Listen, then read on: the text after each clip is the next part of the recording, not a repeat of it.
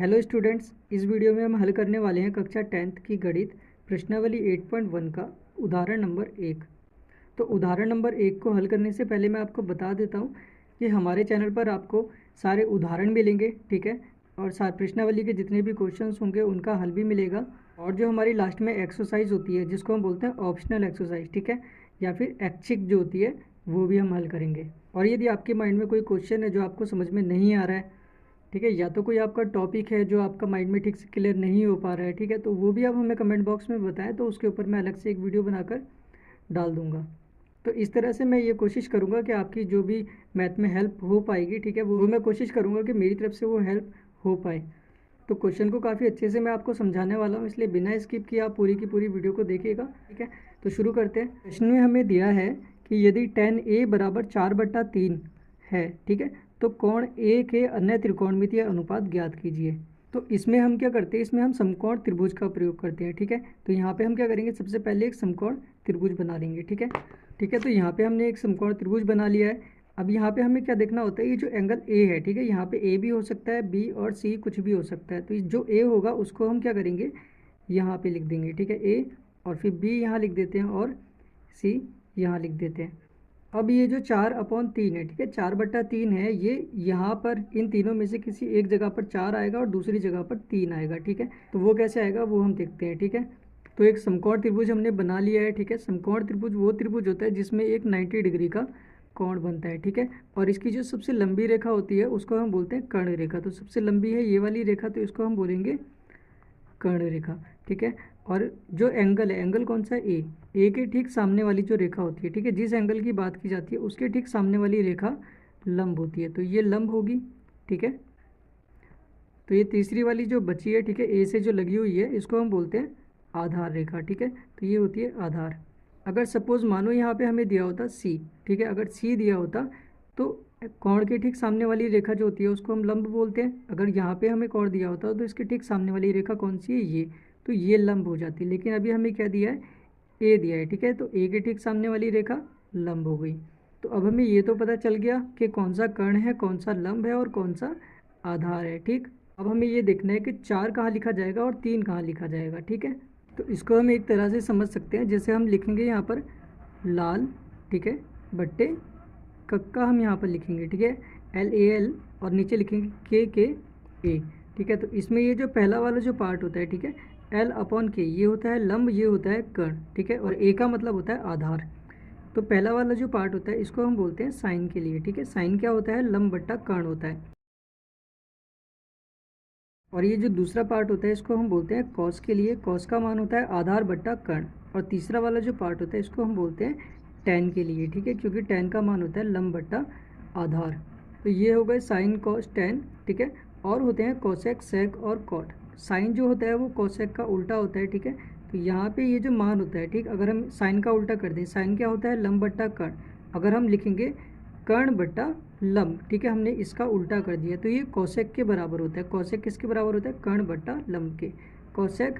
और ये इसी तरह से कॉस जो होता है वो सेक का उल्टा होता है, इसलिए सेक का मान क्या होगा, कर्ण बट्टा आधार। इसी तरह से यहाँ पर ये जो टैन लिखा है, टैन जो होता है वो कॉट का उल्टा होता है, ठीक है। तो कॉट क्या हो जाएगा, आधार बट्टा लंब हो जाएगा।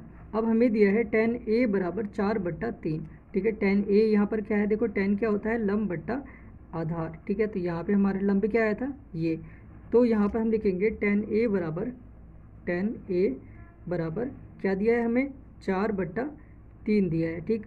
और tan A क्या होता है, लंब बट्टा आधार होता है, ठीक है, लंब बट्टा आधार होता है। तो लंब क्या है, 4, तो लंब है यहाँ, तो यहाँ पे आ जाएगा 4।